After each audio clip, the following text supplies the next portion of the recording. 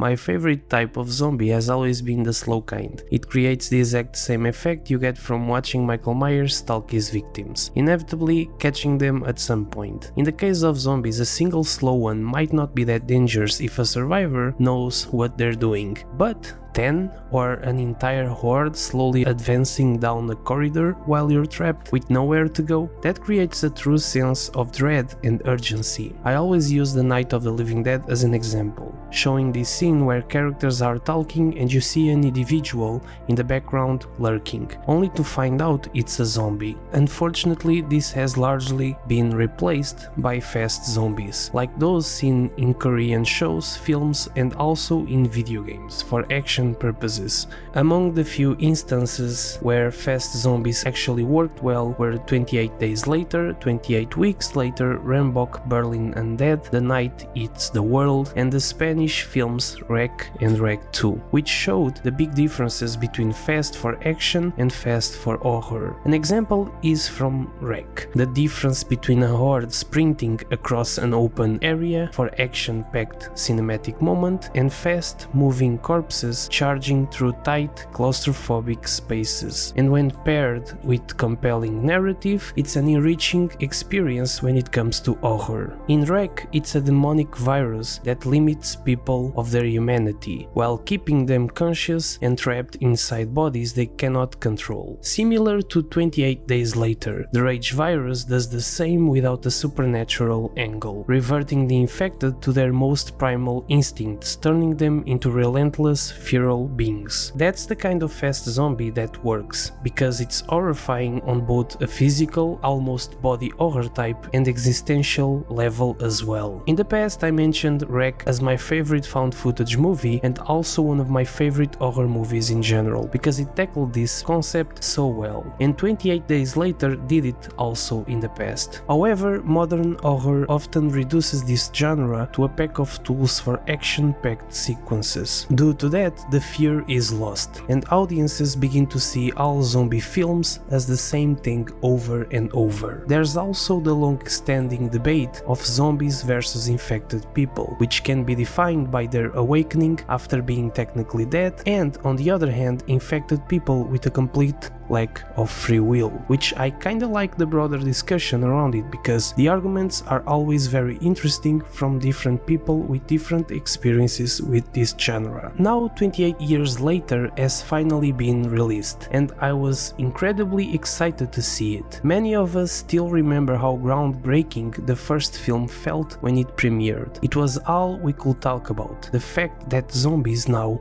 were running. So in 2025, how does 28 years later appeal to both longtime fans and newcomers? Honestly, after leaving the theater, I can safely say that it doesn't try to please either, and that's what makes it so good. It's intentionally polarizing, completely different from what I expected, and ultimately an effective horror drama. It's a story about family, about humanity, about how we process grief in a broken world, and how we somehow manage to hold on to the pieces that still remain. The film makes bold choices. Some will love them, some won't, but it's undeniably unique. The atmosphere bleeds dread.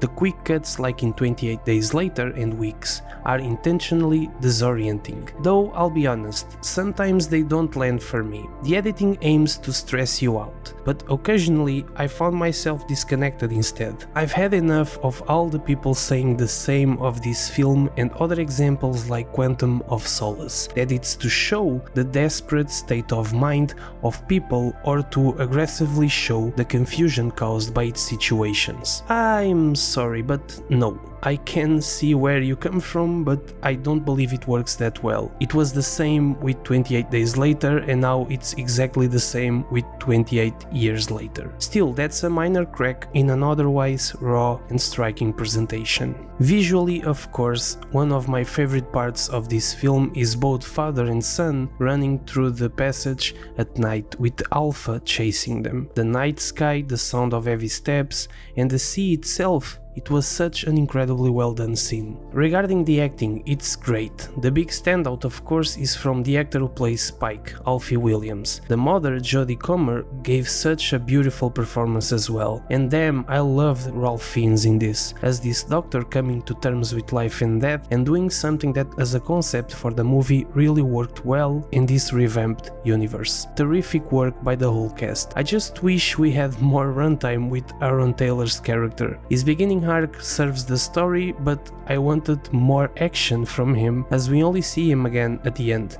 sitting in the kitchen, waiting for the whole movie. At its core, 28 years later is less about the infected and more about what's left of us. The rage virus serves as a grotesque metaphor for loss of identity, for the fragility of control. These aren't mindless infected, they're people still trapped in their own bodies, aware but powerless. The horror lies in the fact that they know what's happening and still can't stop it. Even the way the infected twist and contort as they run feels like their bodies are being bent against their will, a physical sign of their imprisonment within the virus. A haunting example is the scene where a pregnant infected briefly regains control and offers their hands to Spike's mother. The pain of childbirth is so overwhelming that it cuts through the virus for just a moment, revealing the human still inside. That's crushing.